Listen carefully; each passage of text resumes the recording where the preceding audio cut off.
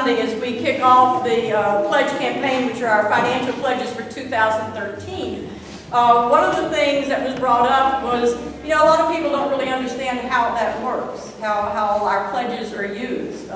We know that we give them because we recognize the fact that all things come of God, and of it's God's own that we give Him back. We're going to do a couple of things in a minute to act some of that out.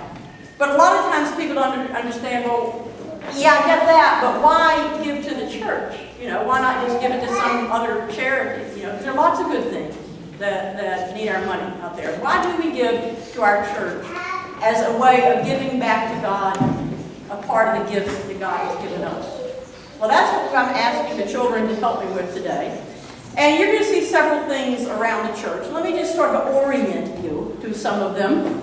Up here in this wonderful display with our picture on the altar and all the things that are kind of included in this represents the household of our parish family.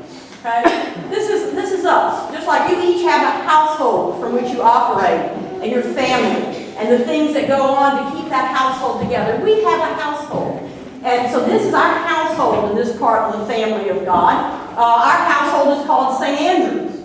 And as a part of that household, it includes having a full-time clergy person. It includes a building, both this building and the building next door. That's part of our household where we live and where we get together, where we worship, and where we educate each other, and where we invite other people into.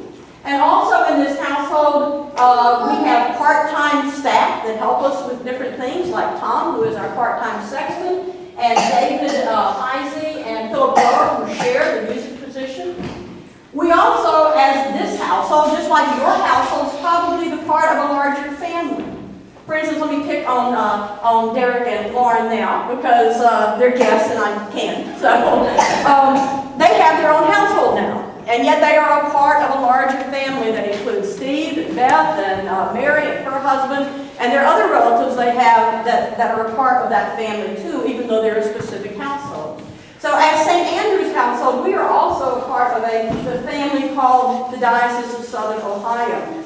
And so we also support the Diocese of Southern Ohio in endeavors that include things like summer camp, our campus ministry, the Diocesan Youth Program, and those are just three of pages and pages of things that our extended family does and that we do through them as a part of that household of God in Southern Ohio. And then we have lots of things that are a part of our household that we do. We put on funeral meals when people have died for their family. We do other kinds of special meals. We have education to keep going, nursery, and all sorts of different things that are a part of our family expenses, what it costs to keep a household going. Just like in your household, you have things and bills that you pay to keep your household going. So all of this represents that, our family household. But that's not all. Not only do we have a family household, we have a family business. We have the family business of the family of God. And the family business of the family of God is always to make Christ's love known in the world in a tangible way. Not just through telling people or trying to get them to church, but of touching people's lives in a way that helps to transform those lives. And so out here, we have represented on the wall and in the back corners some different ways that we carry on that family business. Two big ways with our Spirit of Christmas for Kids program, SOCKS, and our ministry, our ecumenical ministry at the Well. Other ways, through some of the things you see on the board, our support of ECSF. So always give that check for Become Grow. The Fall Academy of Scholars dinner that we do for more than 235 Washington City School students to honor them. The support we give to the community food pantry. New ministry development ideas that people come up with all the time. Our Good Neighbor ministry, where over the last 2 years we adopted a family who had just gotten out of the military and helped them make the bridge between getting out and meeting their financial needs, but then also mentoring them and getting a job and making resumes and until now they're on their feet again. And we'll be looking probably for other good neighbors that we can do that with in the future. Gifts that we make to the Episcopal Relief and Development Fund, which is the national way that the Episcopal Church reaches out all over the world. All of these are parts of the ways that we go about our family business. And we have a special way that we provide the business funds necessary. Now, you know, if you have a family business, you have funds that are spent on your business, and you have funds that are spent on your household. If you spend all your funds on your business and you have nothing for the household, pretty soon there's no household left to run the family business. If you spend it all on your household and none on your family business, pretty soon there's no reason for you to even exist. So you have to be able to do both. Well, here's how we do it here. For our family business, and for sometimes special needs that come up, like when we have to repair the steeple, we don't use your pledges for that. For these family businesses, we have special ways of generating funds to provide for our family business. And so that's where I need some help from the children. First of all, back there is that big part of our family business, the Spirit of Christmas for Kids program. And one of the ways that we help provide for that, besides getting grants from places like ECSF and other businesses, is this year we held an event called a Tasteful Event, where restaurants and a beer distributor and wine distributor came in and we sold tickets and we earned money so that we could help that part of God's family business keep running through the SOX program. And so I'm going to ask for a child. Ms. Liz, if you'll give me a child, please. Pace, if you'll come back here. And if you will take this, which represents what we made for the Tasteful Event, and if you can help him back there, it's going to go back there on the SOX table, because that's how we contribute to our own SOX program, with the money we raise through a Tasteful Event. And Ms. Shannon, if you need some help with seeing a place to put it. Now, another good way that we carry out our family business is through our ministry with 32 other churches in this area at the Well at Sunnyside, which is an old school and is now an ecumenical ministry center. Look back in that corner. You'll see a table, a chair, and a dish. That's because 2 times a week we provide community meals for people at that center. You also see a rocking chair. That's because people not only come to eat, they come early and stay late to talk with each other and form community. It has become a community center for them. Next to it, you'll see a basket. And you know that basket. That's where we bring things to provide for the free store. And right now it's full of some little things. And that coat hanging up. We provide things, especially clothes seasonally. And things that if people are going to maybe go for a job interview, they're able to go find something that they could wear that would be suitable for a job interview. And you'll see a laundry basket with some detergent. We have a partnership with Sunshine Laundry, and we work with the schools through that. If they see children in the schools who look like they're not able to come to school in clean clothes, they're tracking down who those families are and helping them to have a way to wash their clothes so their kids will go to school with good clean clothes. Those are just a few of the major ministries. In partnership with Fayette Memorial Hospital, we're developing a free clinic for chronic disease, people that have diabetes or blood pressure, and that will be housed as well. And the way that we contributed to that this year is through a partnership with St. Coleman's Catholic Church. St. Coleman's is also one of the 32 churches with us. St. Coleman's and St. Andrews got together, and during harvest time, we had a way for farmers who would like to donate some of their harvest to the well to just call Bob Ray here or Jim Garland at the Catholic Church. They went out, picked up the grain, took it, sold it, and the proceeds are being presented next week to the well. And so here's our little Harvest Express truck with our money in it that we made, and this is how we fund our ministry at the well. Allie, would you take that back? And the table is in the far back corner. Somebody back there, help her get that. Christy, can you help her get that on the table back there where the table and chair is? Now, every now and then, we have special needs that don't fit into our household budget. Do you ever have that at home? That something you didn't budget for goes wrong, and you have to take it from some kind of emergency fund. So the way we deal with our special needs is two of our projects, well, one of our projects here and one other fund here. The peanut brittle project that you heard about. The funds that we raise from selling peanut brittle help us to take care of special needs that come up that don't fit in with our usual household expenses. Last year, they helped prepare the steeple fire. Now, I'll have to tell this joke because Steve kept trying to get this done while he was here.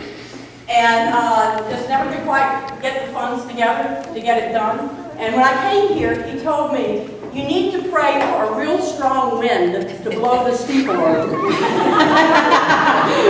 he said that's the only way you're ever going to get it fixed. However, we were able, through mostly peanut brittle money, to fix the steeple and the roof this year so that when it rains, it does not leak on the organ. And that's what making peanut brittle can help us do, is meet those needs. The other place we take care of very special needs, and let's see, Hillary, you want to help me with this piece? Hazen, you helped with one, right? No, not yet. Not yet. Who didn't help with? Who hasn't helped? These two and the Thompsons. Okay, so all of y'all come up, so I don't miss it, okay? Y'all. That's a southern thing. We still have lots to do, okay? Okay. So we have a gifts and memorials fund. It's partly memorials when people die that people make gifts to, but also occasionally I'll have somebody that says, you know, I want to make a gift to the church for this reason. And that's what we do. We put it in the Gifts and Memorials Fund and then use it for that particular reason. If they wanted to give a gift for a specific reason. Also, when we do our fundraisers, it goes into this fund and then we take it out of it. So if you would take this over and place that box near where you see the pan, cotton pan, that's for our special needs. Now, all of these things that you see out in the congregation, okay, all of those are funded by our Come Grow With Us money. And we're developing new ones all the time. So guys, you'll see at each window, Come Grow, watering can, got it? Yeah. Okay. Money inside. The money from Come Grow, if you will go around and if you will go put some money in that first cup that's on that window, and there are 2 cups on the next window. If you'll take that money and go put it on the 2 cups that go in the next window, we'll get it. That's when we come back here, and we're going to do the same thing on the other side. There's a cup over here. Jackson, do you want to try to put something in this? Okay. Will you give him some of your money and y'all share? You both go over and do that. Okay. And y'all can go put some money in this one over here, like for our ECS stuff. And there are 2 more cups down on the window down there, near where Miss Sharon is. Miss Sharon, you might have to help them with those 2 cups. And we hang on to this because as new ministries develop, we have it to be able to help develop those ministries. And there are always ideas for new ministries to develop. So for safekeeping, I'm just going to give this to Mary to hold on to. Okay, for the comfort. No special reason, she was just there and looked at me. So, now, so that's how we take care of the family business. But you notice that none of that went to the household. And you notice that the household, the things that make it possible for us to stay here with leadership from me and from part-time staff, with maintaining this building and all the things that go with it, maintenance, repairs, utilities, all the things that you have to spend on your house, we have to spend on this and our grounds. Things like educational supplies, your Sunday school curriculum, things that just keep us going as a household. How much is in here? There's nothing. All right? So, there has to be something in here or eventually there won't be a household to have a business. Okay? So where do we get some for our household? Well, we're still considered a mission, which means the diocese gives us a little bit of help. Every year that becomes less as we, and within about 2 or 3 years, we'll be ineligible for any help. So representing the amount that we might get from the diocese, this is our diocesan seal. I'll take this, and this is what helps us for diocese. Will that do it? No. All right. We have a little bit of it that we use income from our endowment. We never touch that principle, but we have a little bit of income from the endowment.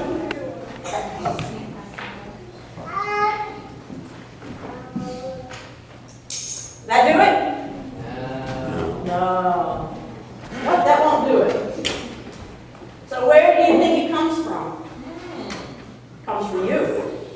It comes from the pledges we make. And in a minute, I'm going to ask the kids to come back and help me with something else. But first, I need a few adults. I need 1, 2, 3, 4, 5, I need 6 adults just to come sit here. I prepped some of you to help me out. If you'll come do that. And if I didn't prep you, I need 3 more. Just sit here on the first row. This isn't going to be hard, I promise. Okay? Let's see. Thank you, Sarah. I need 1, 2, 3, 4. I need 2 more adults to come sit on the first row. Polly and Liz. Okay? Thank you. Thank you. Squeeze in here. Here's how it works. For the family of God to give back to God a portion of what they've been given, so that God's household in Washington Courthouse can continue the family business that is God's business in this area. Here's how I do it. Imagine that together this is what I earn from you, okay, from doing the job here. It's a paycheck. You earn your paychecks a different way. Some of you have farms, some of you are teachers, some of you are in business, but you get a certain amount, okay? And yeah, you earned it. I mean, most of you who know me, I work hard for this, okay? But no matter how hard I work, I always remember that it's still, at the end of the day, a gift. It's a gift because I have the ability to work. It's a gift because I had the brain to do this. It's a gift because I still have the health at 62 years old to do it. It's a gift because you gave me an opportunity to do it. And so even though when that paycheck comes in every month, I know that I worked hard for it, I know that without the ability to work hard for it as a gift from God, it would not be there. Okay? And so when I consider what I want to give back to God from what God has given to me, I start by remembering that all of that I have came from God to begin with. It's not really mine. It was entrusted to me to take care of my own household, my own children, my own needs, but also to help take care of the household of God. And in this case, the household to which I belong is St. Andrew. Okay? So I look at that, and I decide on what percentage of what I've gotten I want to give back.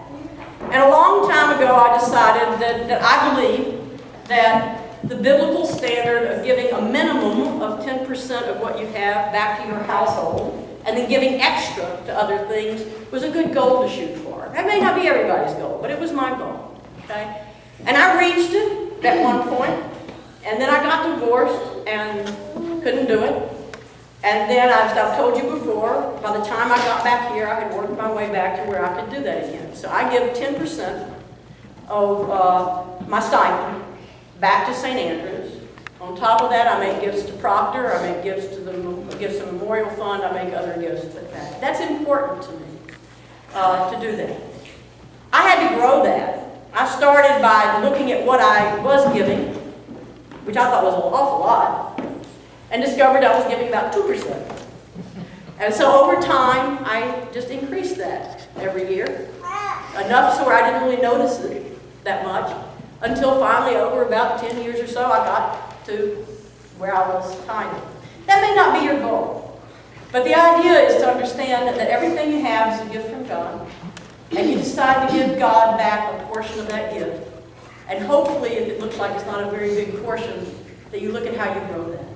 So out of this, and here, what I've got in the bag represents the portion that I've decided to give, my 10%. The rest of it is what I have to live on, and to do fun things, to buy things, to pay for my needs, and to make other gifts.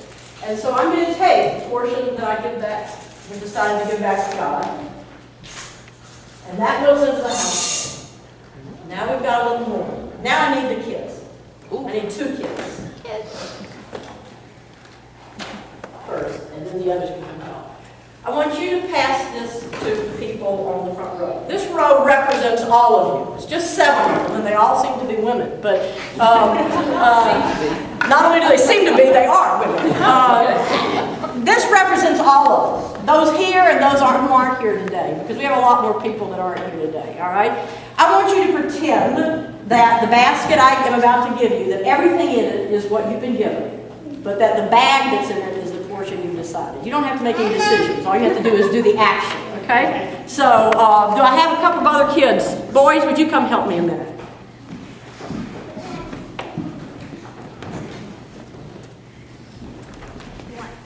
Take this and give it to one of the people on that first pew, right here. Kate, come here. And you give this one to one of the people on the front pew. Any other kids that haven't gotten a chance to help that would like to help? Maybe Allie? Where'd Allie go? She's coloring, okay? All right, we'll just keep using this. Would you give this to somebody that doesn't have one yet? And you can give this one to someone who doesn't have one yet. And I will give this one to someone who doesn't have one yet. Who doesn't have one yet? So, out of all the basket of what they've been given, they are now going to give back a portion of what they've been given for the household to which they belong. The household of St. Andrew is a part of the household of God. You can come up here with me, okay? So, stand up there. I'll give 10%. Okay.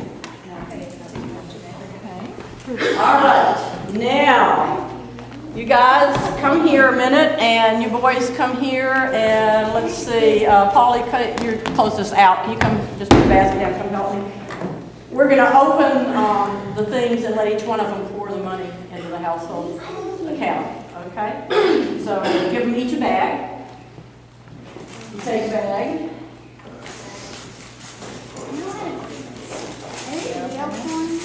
No, these are play coins. We thank Bel Air School for giving us the play money from their math department to use today. Okay, you can put these down. If you need help opening your bag, ask Miss Polly, but we're going to now, this is what has been given from the people to the household of God. And when we all do that, you've got one more in there. Here we go. Look what happened. We have enough. We have enough. Thank you. Y'all can go sit back down. Leave the bags, okay? Gotta give those back. There's one more there, I'll get that out in a minute, okay? This is how important your pledges are. And I'm going to ask Rodney, who is our chair this year, to come up and explain to you how you pick up your pledge cards.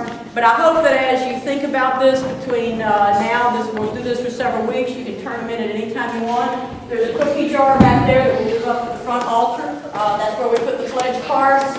Today we already have them in it. Our senior warden has placed his pledge card in it. And I have placed my pledge card for 10% of my stipend for $5,000 next year in here. So please, as you consider what you might give from what God has given you, remember the jar. Remember the household of God. Remember that we earn the money for the business we have in other ways, but we depend on you for the household to exist. Roger? Kids, thank you for that, helping with that demonstration. And ladies, your part. I am basically chairing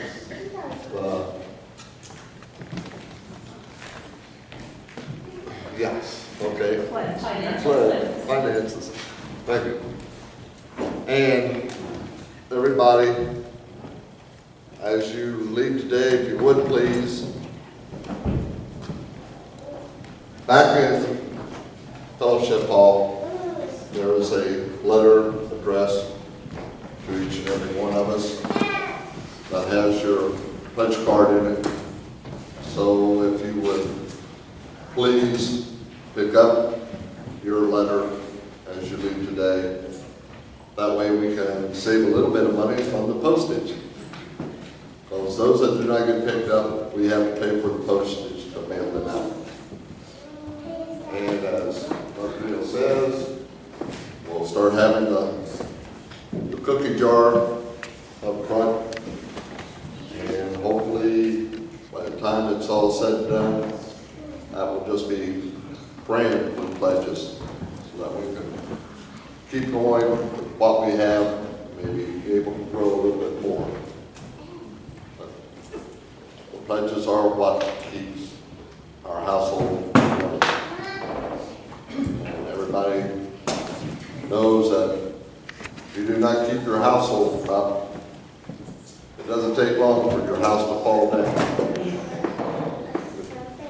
So Thank you. please search your hearts and give what you can. Thank you. And now walk in love as Christ loved us and gave himself for us, an offering and a sacrifice to God. You can go back and join us. Thank you.